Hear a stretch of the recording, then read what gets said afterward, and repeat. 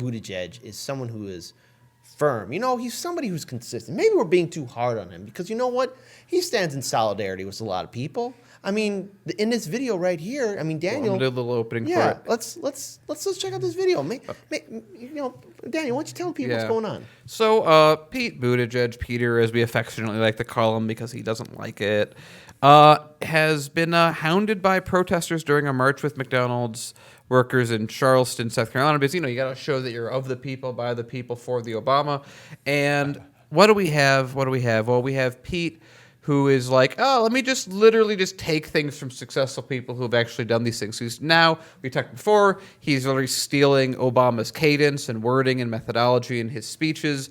Now he's trying to be like, oh yeah, I'm just like Bernie with that minimum wage stuff that's really cool and such. And he's down with the hip kids, right? Yeah, there you go. So the former mayor of South Bend, Indiana, has joined the workers who were organized for Monday's march for the nationwide Fight for 15 movement, a movement Sanders has been a part of for a while, and Pete has been fighting for a while, but now I guess he's made amends because politics is a thing, and he wants to be liked by African Americans, and of course, African Americans are not in any way used to white politicians coming to them the last minute and pandering for support. So he lined up against the largely black crowd of red-shirted workers in front of the march, helping to carry a sign that read racial justice equals economic justice. But when Buttigieg tried to speak to the marchers, because he's, of course, in a position of power and trust, et cetera, he was shouted out by a group of Black Lives Matter protesters chanting, quote, Pete can't be our president. Where was $15 in South Bend? Looks like his mayoralship bit him again. The protesters continued until Buttigieg cut his remarks short after just 5 minutes and started to leave.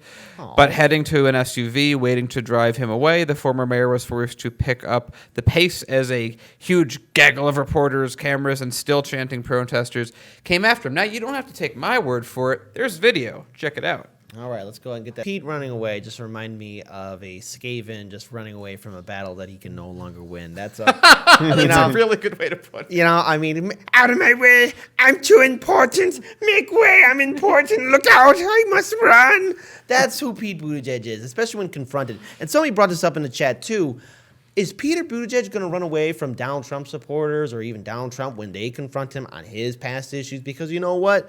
Everyone wants to attack Bernie Sanders, but all these other candidates that are on the stage, they're not squeaky clean. In fact, Donald Trump can pummel them. You're knocking out of the park with these mice puns. Yeah, I mean, let's face it. Let's face it. I mean, when we look at someone like Peter Buttigieg, he can't stand it when it starts getting, when his record starts getting scrutinized, and he has to run out there, and then people got to shield him and protect him. If this guy is a quote-unquote front runner, if this guy is quote-unquote somebody that can unite a party, he needs to stand his ground, and he needs to be able to, talk to people. But he can't because he doesn't know how to talk to normal people because he only knows how to talk to his billionaire donors and his lobby groups and people who have money. I mean, those are the only people that Peter Buttigieg really knows how to speak to. I mean, that's who he is. That's what he's about. He's only addicted to power and those that can get him into power. He doesn't understand working class families. Just ask the people of South Bend, Indiana. Ask the people of South Bend, Indiana what they think about their former mayor. It's important to ask them because they had to live with him. When I look at Peter Buttigieg, he reminds me of Rahm Emanuel. And now I feel sorry for all of you because now you got to deal with that guy being a pundit on national television. Trust me on it. We didn't like him for 8 years. Look out. Pete Buttigieg, when people South Bend say that he's a problem, yeah, he is a damn problem because he is a coward.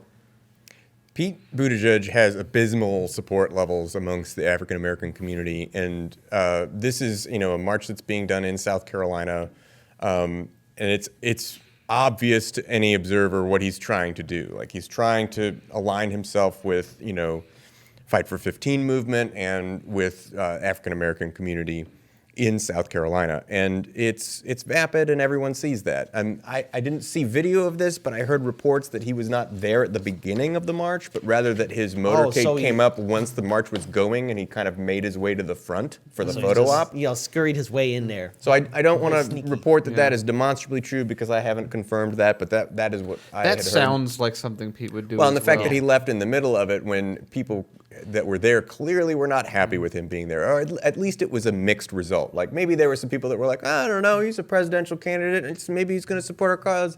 And then there are people that are like, this guy has never supported $15 an hour minimum wage. Nope. He's here only for political points. We need to shoo him away because this is not cool.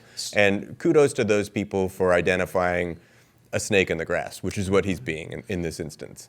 Something more. I think is something a snake would chase, but that's a separate subject Fair altogether. So this is if that's the case, you know what that reminds me of, Kit. Do you remember when we would cover events in the field and we would have mainstream media would come out and do those events? Oh, it was my just the same exact God. thing. It was here's what they would do. Let me explain what we'd experience because we haven't confirmed what Paul said, but it makes sense. But we haven't confirmed it, so that's that.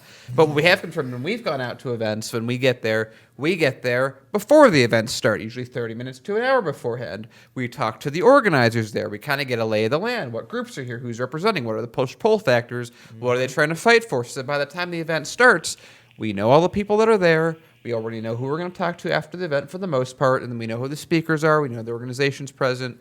And so we would start live streaming at that point. And that's a lot of stuff you'd find in our really old, like 2-3-year-old Facebook videos or a lot of videos like after that. the show.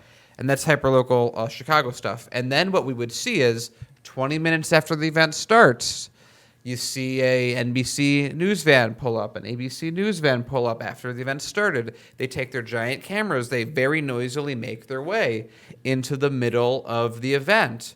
They usually brush past people or knock into people Or walk into somebody when they're making an interview. or mock. Well, that happened too a number of times. Very, very. Or ask independent journalists to hold the microphone for them. Oh yeah, that would happen too. The professionalism we're used to at mainstream news. You can see why we have such a good ideal of them. Anyway, so they would go in. They would just film the speaker for like 5 minutes. And then they would do that, like, okay, I got enough of the main shot. Now I'm gonna do some B-roll. And they would just turn the camera again, making noise, like taking away from the experience. We were like, okay, we're gonna stay in a spot. We're gonna be out of the way. They're like, no, I'm standing right in the middle of this whole thing. I'm detracting from the whole thing. Now I'm gonna get some beer. Let me just randomly film this guy that's over here. 30 seconds. Okay, let me film this other guy that's over here. Let me film the crowd. Okay, bye guys. Thanks for having me. We're gonna do like 30 seconds that don't tell anyone about what you're doing. Just say that an event happens with no context. And that reminds me of what Pete just did here. He came in late. If again, we haven't confirmed that. But Someone in the chat said they read that report as well. Well, either way, until we get, I'm just going to say, just because I want to make sure we have that room in case it doesn't happen. But let's just say that unconfirmed, he goes in late, pulls up with his motor pool late, goes in late, goes to the front, probably hasn't coordinated with these guys in advance or coordinated all that much. Otherwise, they would have probably timed it better or, cared enough to be there at the beginning. Like when we would do protests, we would always be there before the rally started, follow it the entire way through. He's literally following this just like the mainstream media does. You forgot one thing, though. What I forgot? Yeah, he came there late. He arrived late. He poor planning. Everything was late. But he left real fast. Left early. I will say this. I have never seen Bernie Sanders be shooed away from a march like this. Nope. Yeah. Never. So, yeah, that's Peter Buttigieg.